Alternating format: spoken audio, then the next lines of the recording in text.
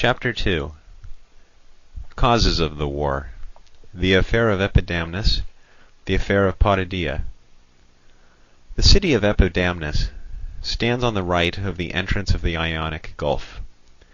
Its vicinity is inhabited by the Tolantians, an Illyrian people. The place is a colony from Corcyra, founded by Phallius, son of Eratocleides, of the family of the Heraclids, who had, according to ancient usage, been summoned for the purpose from Corinth, the mother country. The colonists were joined by some Corinthians and others of the Dorian race. Now, as time went on, the city of Epidamnus became great and populous, but falling a prey to factions arising, it is said, from a war with her neighbours, the barbarians, she became much enfeebled and lost a considerable amount of her power. The last act before the war was the expulsion of the nobles by the people. The exiled party joined the barbarians and proceeded to plunder those in the city by sea and land, and the Epidamnians, finding themselves hard pressed, sent ambassadors to Corcyra, beseeching their mother country not to allow them to perish, but to make up matters between them and the exiles, and to rid them of the war with the barbarians. The ambassadors seated themselves in the temple of Hera as suppliants, and made the above requests to the Corcyrians. But the Corcyrians refused to accept their supplication, and they were dismissed without having effected anything. When the Epidamnians found that no help could be expected from Corcyra, they were in a strait what to do next. So they sent to Delphi and inquired of the god whether they should deliver their city to the Corinthians, and endeavoured to obtain some assistance from their founders. The answer he gave them was to deliver the city and place themselves under Corinthian protection. So the Epidamnians went to Corinth and delivered over the colony in obedience to the commands of the oracle. They showed that their founder came from Corinth, and revealed the answer of the god, and they begged them not to allow them to perish, but to assist them. This the Corinthians consented to do. Believing the colony to belong as much to themselves as to the Corcyrians, they felt it to be a kind of duty to undertake their protection. Besides, they hated the Corcyrians for their contempt of the mother country. Instead of meeting with the usual honours accorded to the parent city by every other colony at public assemblies, such as precedence at sacrifices, Corinth found herself treated with contempt by a power which in point of wealth could stand comparison with any, even of the richest communities in Hellas, which possessed great military strength, and which sometimes could not repress a pride in the high naval position of an island whose nautical renown dated from the days of its old inhabitants, the Phaeacians. This was one reason of the care that they lavished on their fleet, which became very efficient. Indeed, they began the war with a force of 120 galleys. All these grievances made Corinth eager to send the promised aid to the Epidamnus. Advertisement was made for volunteer settlers, and a force of Ambraciots, Leucadians, and Corinthians was dispatched. They marched by land to Apollonia, a Corinthian colony, the route by sea being avoided from fear of Corcyrian interruption. When the Corcyrians heard of the arrival of the settlers and troops in Epidamnus, and the surrender of the colony to Corinth, they took fire. Instantly putting to sea with 25 ships, which were quickly followed by others, they insolently commanded the Epidamnians to receive back the banished nobles. It must be premised that the Epidamnian exiles had come to Corcyra, and, pointing to the sepulchres of their ancestors, had appealed to their kindred to restore them, and to dismiss the Corinthian garrison and settlers. But to all this the Epidamnians turned a deaf ear. Upon this, the Corcyrians commenced operations against them with a fleet of 40 sail. They took with them the exiles with a view to their restoration, and also secured the services of the Illyrians. Settling down before the city, they issued a proclamation to the effect that any of the natives that chose and the foreigners might depart unharmed, with the alternative of being treated as enemies. On their refusal, the Corcyrians proceeded to besiege the city, which stands on an isthmus, and the Corinthians, receiving intelligence of the investment of Epidamnus, got together an armament and proclaimed a colony to Epidamnus, perfect political equality being agreed to all who chose to go. Any who were not prepared to sail at once might, by paying down the sum of 50 Corinthian drachmae, have a share in the colony without leaving Corinth. Great numbers took advantage of this proclamation, some being ready to start directly, others paying the requisite forfeit. In case of their passage being disputed by the Corcyraeans, several cities were asked to lend them a convoy. Megara prepared to accompany them with 8 ships, Pale in Cephalonia with 4, Epidaurus furnished 5, Hermione 1, Troezen 2, Lucas 10, and Ambracia 8. The Thebans and Phliasians were asked for money, the Eleans for hulls as well, while Corinth herself furnished 30 ships and 3,000 heavy infantry.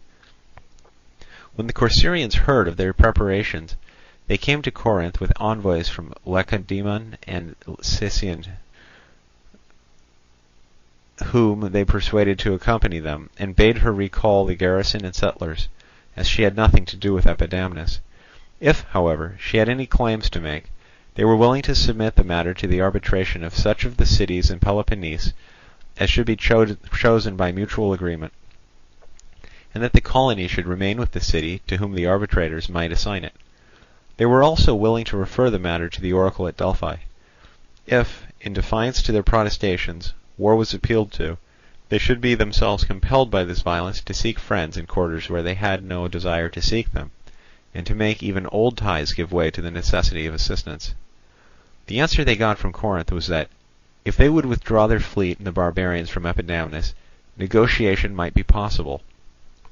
But, while the town was still being besieged, going before arbitrators was out of the question. The Corcyraeans retorted that if Corinth would withdraw her troops from Epidamnus, they would withdraw theirs, or they were ready to let both parties remain in status quo, an armistice being concluded till judgment could be given.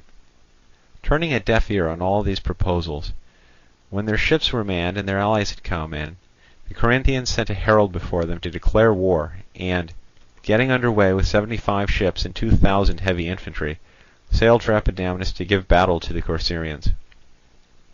The fleet was under the command of Aristeus, son of Phelicus, Callicrates, son of Callias, and Timanor, son of Timanthes. The troops under that of Archetimus, son of Eurytimus, and Isarchidas, son of Isarchus. When they had reached Actium, in the territory of Anactorium, at the mouth of the Gulf of Ambracia, where the temple of Apollo stands, the Corcyraeans sent on a herald in a light boat to warn them not to sail against them. Meanwhile they proceeded to man their ships, all of which had been equipped for action, the old vessels being undergirded to make them seaworthy. On the return of the herald without any peaceful answer from the Corinthians, their ships being now manned, they put out to sea to meet the enemy with a fleet of 80 sail. 40 were engaged in the siege of Epidamnus, formed line and went into action, and gained a decisive victory and destroyed 15 of the Corinthian vessels. The same day had seen Epidamnus compelled by its besiegers to capitulate, the conditions being that the foreigners should be sold and the Corinthians kept as prisoners of war, till their fate should otherwise be decided. After the engagement, the Corcyraeans set up a trophy on Leukimme, a headland of Corcyra, and slew all their captives except the Corinthians, whom they kept as prisoners of war. Defeated at sea, the Corinthians and their allies repaired home, and left the Corcyraeans masters of all the sea about those parts. Sailing to Leucas, a Corinthian colony, they ravaged their territory and burnt Cyllene, the harbour of Eleans, because they had furnished ships and money to Corinth. For almost the whole of the period that followed the battle they remained masters of the sea, and the allies of Corinth were harassed by Corcyraean cruisers.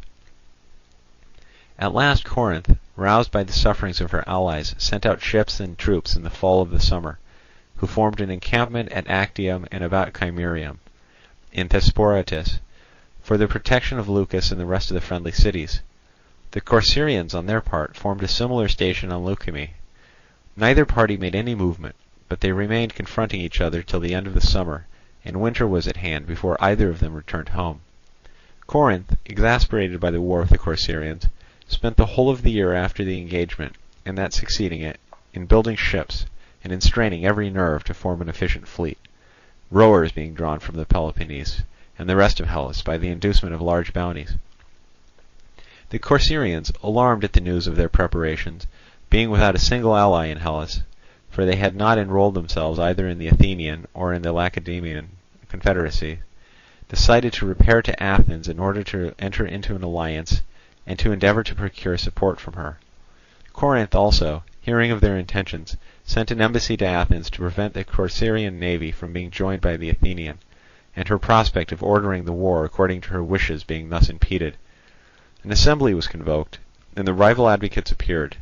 The Corcyraeans spoke as follows: Athenians, when a people that have not rendered any important service or support to their neighbours in times past, for which they might claim to be repaid, appear before them as we now appear before you, to solicit their assistance, they may fairly be required to satisfy certain preliminary conditions. They should show first that it is expedient or at least safe to grant their request, next that they will retain a lasting sense of the kindness. But if they cannot clearly establish any of these points, they must not be annoyed if they meet with rebuff. Now the Corcyraeans believe that with their petition for assistance they can also give you a satisfactory answer on these points, and they have therefore dispatched us hither. It has so happened that our policy as regards you with respect to this request turns out to be inconsistent, and as regards our interests to be at the present crisis inexpedient. We say inconsistent, because a power which has never in the whole of her past history been willing to ally herself with any of her neighbours is now found asking them to ally themselves with her. And we say inexpedient, because in our present war with Corinth it has left us in a position of entire isolation, and what once seemed the wise precaution of refusing to involve ourselves in alliances with other powers, lest we should also involve ourselves in risks of their choosing, has now proved to be folly and weakness. It is true that in the late naval engagement we drove back the Corinthians from our shores single-handed, but they have now got together a still larger armament from Peloponnese and the rest of Hellas, and we, seeing our utter inability to cope with them without foreign aid, and the magnitude of the danger which subjection to them implies, find it necessary to ask help from you and from every other power, and we hope to be excused if we forswear our old principle of complete political isolation, a principle which was not adopted with any sinister intention, but was rather the consequence of an error in judgment. Now there are many reasons why in the event of your compliance you will congratulate yourselves on this request having been made to you. First, because your assistance will be rendered to a power which, herself inoffensive, is a victim to the injustice of others. Secondly, because all that we most value is at stake in the present contest, and your welcome of us under these circumstances will be a proof of goodwill, which will ever keep alive the gratitude you will lay upon our hearts. Thirdly, yourselves excepted, we are the greatest naval power in Hellas. Moreover, you can conceive a stroke of good fortune more rare in itself, or more disheartening to your enemies, than that the power whose adhesion you would have valued above much material and moral strength should present herself self-invited, should deliver herself into your hands without danger and without expense, and should lastly put you in the way of gaining a high character in the eyes of the world, the gratitude of those whom you shall assist, and a great accession of strength for yourselves. You may search all history without finding many instances of a people gaining all these advantages at once, or many instances of a power that comes in quest of assistance, being in a position to give the people whose alliance she solicits as much safety and honour as she will receive. But it will be urged that it is only in the case of war that we shall be found useful. To this we answer that if any of you imagine that the war is far off, he is grievously mistaken, and is blind to the fact that Lacedaemon regards you with jealousy and desires a war, and that Corinth is powerful there, the same, remember, that is your enemy, and is even now trying to subdue us as a preliminary to attacking you. And this she does to prevent our becoming united by a common enmity, and her having us both on her hands, and also to ensure getting the start of you in one of two ways, either by crippling our power, or by making its strength her own. Now it is our policy to be beforehand with her, that is, for Corcyra to make an offer of alliance and for you to accept it. In fact, we ought to form plans against her instead of waiting to defeat the plans she forms against us. If she asserts that for you to receive a colony of hers into alliance is not right, let her know that every colony that is well treated honours its parent state, but becomes estranged from it by injustice. For colonists are not sent forth on the understanding that they are to be the slaves of those that remain behind, but that they are to be their equals, and that Corinth was injuring us is clear. Invited to refer to the dispute about Epidamnus to arbitration, they chose to prosecute their complaints war rather than by a fair trial, and let their conduct towards us, who are their kindred, be a warning to you not to be misled by their deceit, nor to yield to their direct requests. Concessions to adversaries only end in self-reproach, and the more strictly they are avoided, the greater will be the chance of security. If it be urged that your reception of us will be a breach of the treaty existing between you and Lacedaemon, the answer is clear, that we are a neutral state, and that one of the express provisions of that treaty is that it shall be competent for any Hellenic state that is neutral to join whichever side it pleases. And it is intolerable for Corinth to be allowed to obtain men for her navy, not only from her allies, but also from the rest of Hellas, no small number being furnished by your own subjects, while we are to be excluded both from the alliance left open to us by treaty, and from any assistance that we might get from other quarters. And you are to be accused of political immorality if you comply with our request. On the other hand, we shall have much greater cause to complain of you if you do not comply with it. If we, who are in peril and are no enemies of yours, meet with a repulse at your hands, while Corinth, who is the aggressor and your enemy, not only meets with no hindrance from you, but is even allowed to draw material for war from your dependencies, this ought not to be. But you should either forbid her enlisting men in your dominions, or you should lend us too what help you may think advisable. But your real policy is to afford us avowed countenance and support. The advantages of this course, as we premised in the beginning of our speech, are many. We mention one that is perhaps the chief. Could there be a clearer guarantee of our good faith than is offered by the fact that the power which is at enmity with you is also at enmity with us, and that power is fully able to punish defection? And there is a wide difference between declining the alliance of an inland and of a maritime power. For your first endeavour you should be to prevent, if possible, the existence of any naval power except your own. Failing this, to secure the friendship of the strongest that does exist. And if any of you believe that what we urge is expedient, but fear to act upon this belief, lest it should lead to a breach of the treaty, you must remember that on the one hand, whatever your fears, your strength will be formidable to your antagonists. On the other, whatever the confidence you derive from refusing to receive us, your weakness will have no terrors for a strong enemy. You must also remember that your decision is for Athens no less than for Corcyra, and that you are not making the best provision for her interests, if, at a time when you are anxiously scanning the horizon that you may be in readiness for the breaking out of the war which is all but upon you, you hesitate to attach to your side a place whose adhesion or estrangement is alike pregnant with the most vital consequences. For it lies conveniently for the coast navigation in the direction of Italy and Sicily, being able to bar the passage of naval reinforcements from thence to the Peloponnese, and from Peloponnese thither. And it is in other respects a most desirable station. To sum up as shortly as possible, embracing both general and particular considerations, let this show you the folly of sacrificing us. Remember that there are but three considerable naval powers in Hellas, Athens, Corcyra, and Corinth, and that if you allow two of these three to become one, and Corinth to secure us for herself, you will have to hold the sea against the united fleets of Corcyra and Peloponnese. But if you receive us, you will have our ships to reinforce you in the struggle. Such were the words of the Corcyrians. After they had finished, the Corinthians spoke as follows. These Corcyrians, in the speech we have just heard, do not confine themselves to the question of their reception into your alliance. They also talk of our being guilty of injustice, and their being the victims of an unjustifiable war. It becomes necessary for us to touch upon both these points, before we proceed to the rest of what we have to say, that you may have a more correct idea of the grounds of our claim, and have a good cause to reject their petition. According to them, their old policy of refusing all offers of alliance was a policy of moderation. It was in fact adopted for bad ends, not for good. Indeed, their conduct is such as to make them by no means desirous of having allies present to witness it, or of having the shame of asking their concurrence. Besides, their geographical situation makes them independent of others, and consequently the decision in cases where they injure any lies not with judges appointed by mutual agreement, but with themselves, because, while they seldom make voyages to their neighbours, they are constantly being visited by foreign vessels which are compelled to put into Corcyra. In short, the object that they propose to themselves, in their specious policy of complete isolation, is not to avoid sharing in the crimes of others, but to secure monopoly of crime to themselves.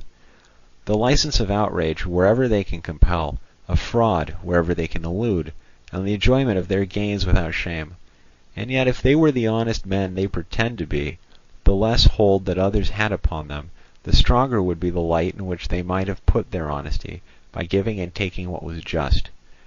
But such has not been their conduct either towards others or towards us. The attitude of our colony towards us has always been one of estrangement, and is now one of hostility. For, say they, we have not sent out to be ill-treated.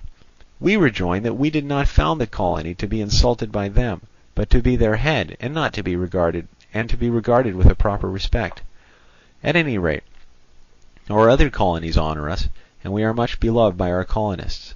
And, clearly, if the majority are satisfied with us, these can have no good reason for dissatisfaction, in which they stand alone.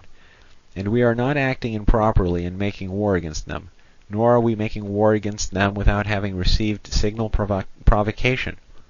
Besides, if we were in the wrong, it would be honourable in them to give way to our wishes, and disgraceful for us to trample on their moderation.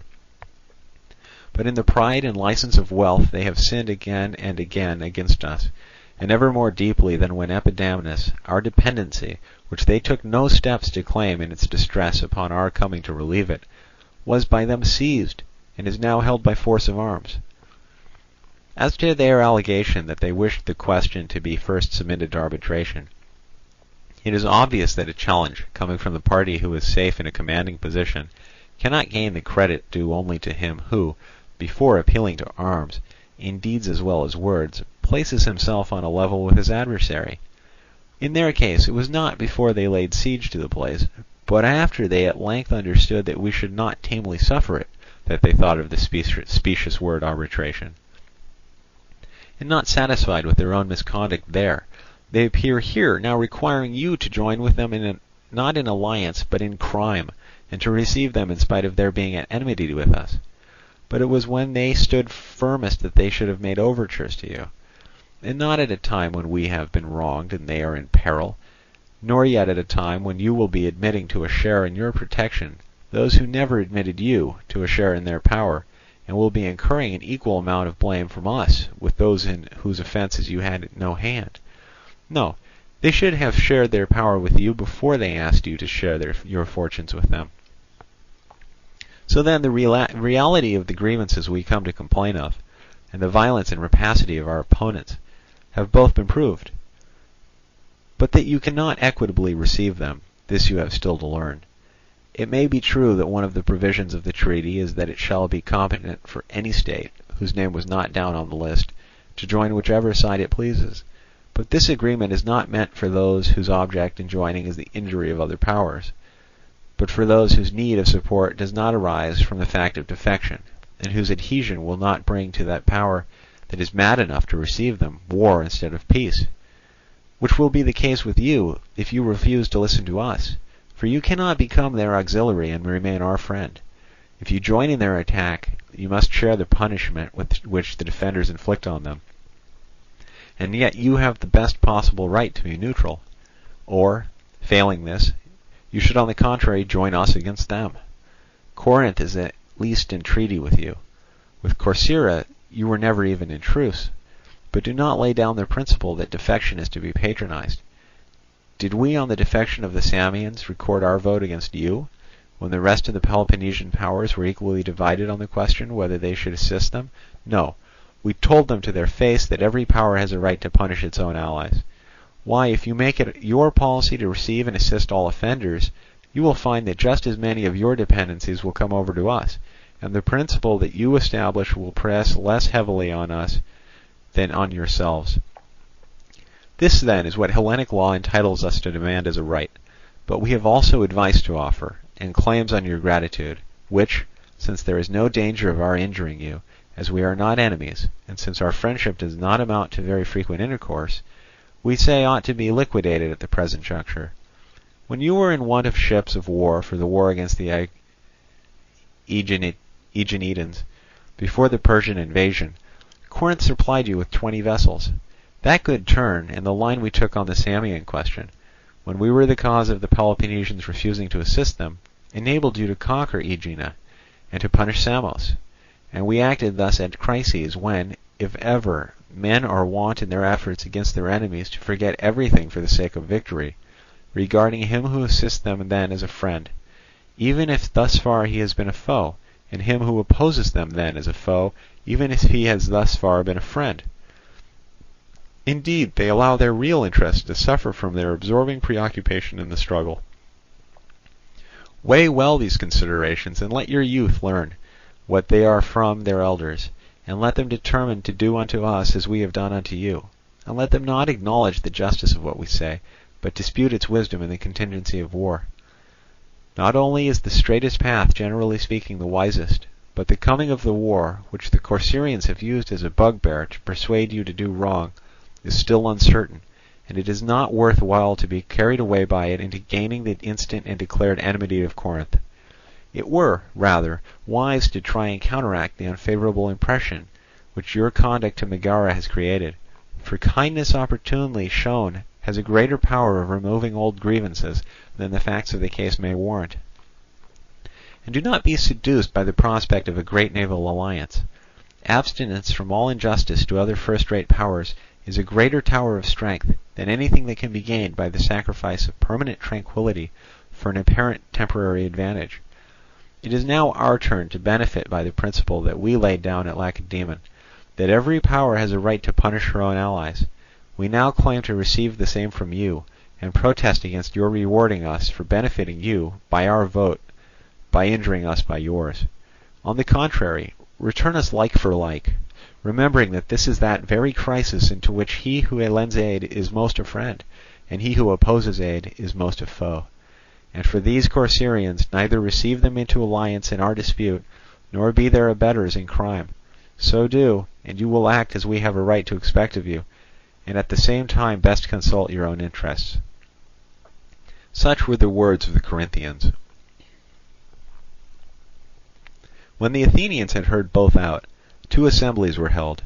In the first there was a manifest disposition to listen to the representations of Corinth. In the second, public feeling had changed, and an alliance with Corcyra was decided on, with certain reservations. It was to be a defensive, not an offensive alliance. It did not involve a breach of the treaty with the Peloponnese. Athens could not be required to join Corcyra in any attack upon Corinth. But each of these contracting parties had a right to the other's assistance against invasion, whether of his own territory or that of an ally. For it began now to be felt that the coming of the Peloponnesian War was only a question of time, and no one was willing to see a naval power of such magnitude as Corcyra sacrificed to Corinth. Though if they could let them weaken each other by mutual conflict, it would be no bad preparation for the struggle, which Athens might one day have to wage with Corinth and the other naval powers. At the same time, the island seemed to lie conveniently on the coasting passage to Italy and Sicily. With these views, Athens received Corcyra into alliance, and, on the departure of the Corinthians, not long afterwards, sent 10 ships to their assistance. They were commanded by Lacedaemonius, the son of Simon, Diotimus, the son of Strombichus, and Proteus, the son of Epicles. Their instructions were to avoid collision with the Corinthian fleet, except under certain circumstances. If it sailed to Corcyra and threatened a landing on her coast, or in any of her possessions, they were to do their utmost to prevent it. These instructions were prompted by an anxiety to avoid a breach of the treaty. Meanwhile, the Corinthians completed their preparations and sailed for Corcyra with 150 ships. Of these, Elis furnished 10, Megara 12, Leucas 10, Ambracia 27, Anactorium 1, and Corinth herself 90. Each of these contingents had its own admiral, the Corinthian being under the command of Xenoclides, son of Euthycles, with 4 colleagues.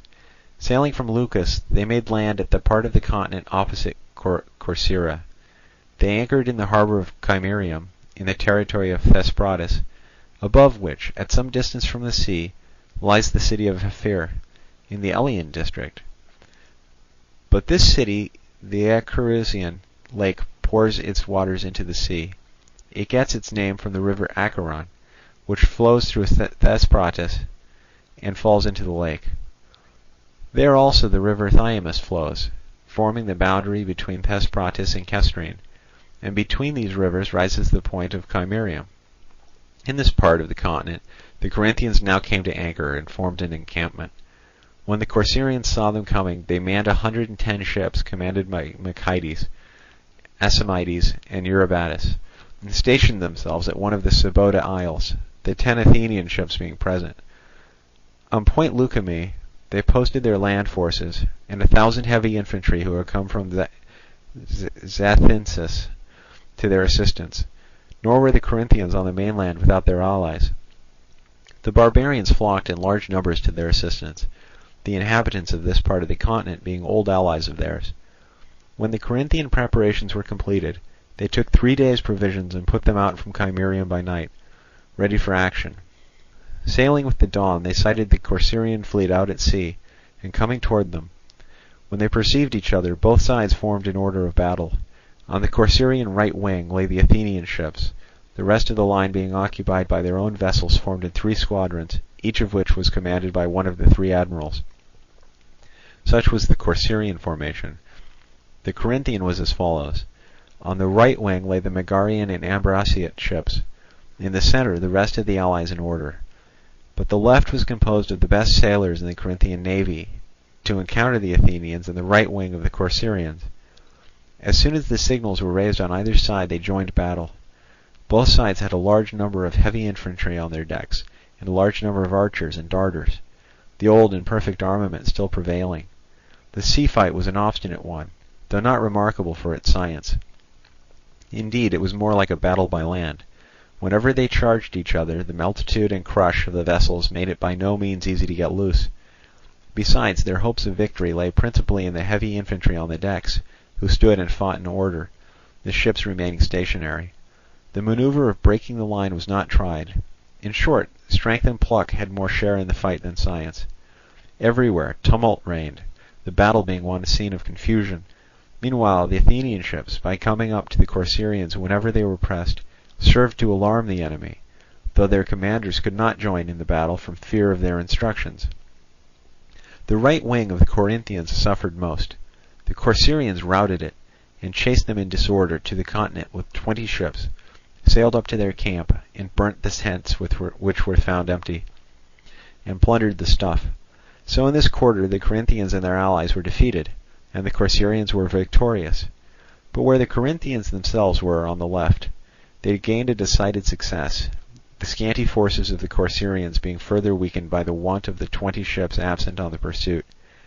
Seeing the Corcyraeans hard pressed, the Athenians began at length to assist them more unequivocally. At first, it is true, they refrained from charging any ships, but when the rout was becoming patent, and the Corinthians were pressing on, the time at last came when every one set to, and all distinction was laid aside, and it came to this point, that the Corinthians and Athenians raised their hands against each other. After the rout, the Corinthians, instead of employing themselves in lashing fast and hauling after them the hulls of the vessels which they had disabled, turned their attention to the men, whom they butchered as they sailed through, not caring so much to make prisoners. Some even of their own friends were slain by them, by mistake, in their ignorance of the defeat of the right wing. For the number of the ships on both sides, and the distance to which they covered the sea, made it difficult, after they had once joined, to distinguish between the conquering and the conquered. This battle proving far greater than any before it, any at least between Hellenes, for the number of vessels engaged. After the Corinthians had chased the Corcyraeans to their land, they turned to the wrecks and their dead, most of whom they succeeded in getting hold of and conveying to Sparta, the rendezvous point of the land forces furnished by their barbarian allies. Sparta, it must be known, is a desert harbour of Thesprotis. This task over, they mustered anew and sailed against the Corcyraeans, who on their part advanced to meet them with all their ships that were fit for service and remaining to them, accompanied by the Athenian vessels, fearing that they might attempt a landing in their territory. It was by this time getting late, and the paean had been sung for the attack, when the Corinthians suddenly began to back water. They had observed 20 Athenian ships sailing up, which had been sent out afterwards to reinforce the 10 vessels by the Athenians, who feared, as it turned out justly, the defeat of the Corcyraeans and the inability of their handful of ships to protect them. These ships were thus seen by the Corinthians first. They suspected that they were from Athens, and that those which they saw were not all, but that there were more behind. They accordingly began to retire. The Corcyraeans meanwhile had not sighted them, as they were advancing from a point which they could not so well see, and were wondering why the Corinthians were backing water, when some caught sight of them, and cried out that there were ships in sight ahead. Upon this they also retired, for it was now getting dark, and the retreat of the Corinthians had suspended hostilities. Thus they parted from each other, and the battle ceased with the night. The Corcyraeans were in their camp at Leukimme, when these 20 ships from Athens, under the command of Glaucon the son of Leagrus, and Thucydides, son of Leagrus, bore on through the corpses and the wrecks, and sailed up to the camp. Not long after they were sighted. It was now night, and the Corcyraeans feared that they might be hostile vessels. But they soon knew them, and the ships came to anchor. The next day the 30 Athenian vessels put out to sea, accompanied by all the Corcyraean ships that were seaworthy, and sailed to the harbour at Sparta, where the Corinthians lay, to see if they would engage. The Corinthians put out from land, and formed a line in the open sea, but beyond this made no further movement, having no intention of assuming the offensive. For they saw reinforcements arrive fresh from Athens, and themselves confronted by numerous difficulties, such as the necessity of guarding the prisoners whom they had on board, and the want of all means of refitting their ships in a desert place. What they were thinking more about was how their voyage home was to be effected. They feared that the Athenians might consider that the treaty was dissolved by the collision which had occurred, and forbid their departure. Accordingly they resolved to put some men on board a boat, and send them without a herald's wand to the Athenians as an experiment. Having done so, they spoke as follows: "You do wrong, Athenians, to begin war and break the treaty. Engaged in chastising our enemies, we find you placing yourselves in the path in arms against us. Now, if your intentions are to prevent us sailing to Corcyra, or anywhere else that we may wish, and if you are for breaking the treaty, first take us here that are here, and treat us as enemies." Such was what they said, and all the Corcyraean armament that were within hearing immediately called out to take them and kill them. But the Athenians answered as follows: "Neither are we beginning war, Peloponnesians, nor are we breaking the treaty, but these Corcyraeans are our allies, and we are come to help them. So if you want to sail anywhere else, we place no obstacle in your way. But if you are going to sail against Corcyra or any of her possessions, we shall do our best to stop you." Receiving this answer from the Athenians, the Corinthians commenced preparations for their voyage home, and set up a trophy in Sparta on the continent, while the Corcyraeans took up the wrecks and dead that had been carried out to them by the current, and by a wind which rose in the night and scattered them in all directions, and set up their trophy in Sparta on the island as victors. The reasons each side had for claiming the victory were these: the Corinthians had been victorious in the sea fight until night, and having thus been enabled to carry off most wrecks and dead, they were in possession of no fewer than 1,000 prisoners of war, and had sunk close upon 70 vessels. The Corcyraeans had destroyed about 30 ships, and after the arrival of the Athenians had taken up the wrecks and dead on their side. They had besides seen the Corinthians retire before them, backing water on sight of the Athenian vessels, and upon the arrival of the Athenians refused to sail out against them from Sparta. Thus both sides claimed the victory. The Corinthians on the voyage home took Anactorium, which stands at the mouth of the Ambracian Gulf. The place was taken by treachery, being common ground to the Corcyraeans and Corinthians. After establishing a Corinthian settlers there, they retired home. 800 of the Corcyraeans were slaves. These they sold. 250 they retained in captivity, and treated with great attention, in the hope that they might bring over their country to Corinth on their return, most of them being, as it happened, men of very high position in Corcyra. In this way, Corcyra maintained her political existence in the war with Corinth, and the Athenian vessels left the island. This was the first cause of the war that Corinth had against the Athenians. i.e. that they had fought against them with the Corcyraeans in time of treaty. Almost immediately after this, fresh differences arose between the Athenians and Peloponnesians and contributed to their share to the war. Corinth was forming schemes for retaliation, and Athens suspected her hostility. The Potidæans, who inhabit the Isthmus of Pallene, being a Corinthian colony, but tributary allies of Athens, were ordered to raise the wall looking towards Pallene, to give hostages, to dismiss the Corinthian magistrates, and in future not to receive the persons sent from Corinth, annually to succeed them. It was feared that they might be persuaded by Perdiccas and the Corinthians to revolt, and might draw the rest of the allies in the direction of Thrace to revolt with them. These precautions against the Potidæans were taken by the Athenians immediately after the battle at Corcyra. Not only was Corinth at length openly hostile, but Perdiccas, son of Alexander, king of the Macedonians, had from an old friend and ally been made an enemy. He had been made an enemy by the Athenians entering into alliance with his brother Philip and Derdas, who were in league against him. In his alarm he had sent to Lacedaemon to try and involve the Athenians in a war with the Peloponnesians, and was endeavouring to win over Corinth in order to bring about the revolt of Potidæa. He also made overtures to the Chalcidians in the direction of Thrace, and to the Bottiaeans, to persuade them to join in the revolt. For he thought if these places on the border could be made his allies, it would be easier to carry on the war with their cooperation. Alive to all of this, and wishing to anticipate the revolt of the cities, the Athenians acted as follows. They were just then sending off 30 ships and 1,000 heavy infantry for his country under the command of Archestratus, son of Lycomedes, with 4 colleagues. They instructed the captains to take hostages of the Potidæans, to raise the wall, and to be on their guard against the revolt of the neighbouring cities. Meanwhile, the Potidæans sent envoys to Athens on the chance of persuading them to take no new steps in their matters. They also went to Lacedaemon with the Corinthians to secure support in case of need. Failing after prolonged negotiation to obtain anything satisfactory from the Athenians, being unable, for all they could say, to prevent the vessels that were destined for Macedonia from also sailing against them, and receiving from the Lacedaemonian government a promise to invade Attica. If the Athenians should attack Potidæa, the Potidæans, thus favoured by the moment, at last entered into a league with the Chalcidians and Bottiaeans and revolted. And Perdiccas induced the Chalcidians to abandon and demolish their towns on the seaboard, and, settling inland at Olynthus, to make that one city a strong place. Meanwhile, to those who followed his advice he gave a part of his territory in Mygdonia around Lake Bolbe, as a place of abode while the war against the Athenians should last. They accordingly demolished their towns, removed inland, and prepared for war. The 30 ships of the Athenians, arriving before the Thracian places, found Potidæa and the rest in revolt.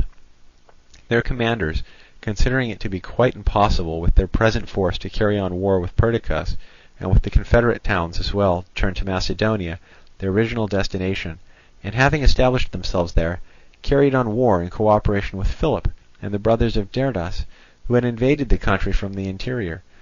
Meanwhile, the Corinthians, with Potidæa in revolt and the Athenian ships on the coast of Macedonia, alarmed for the safety of the place, and thinking its danger theirs, sent volunteers from Corinth, and mercenaries from the rest of the Peloponnese, to the number of 1,600 heavy infantry in all, and 400 light troops.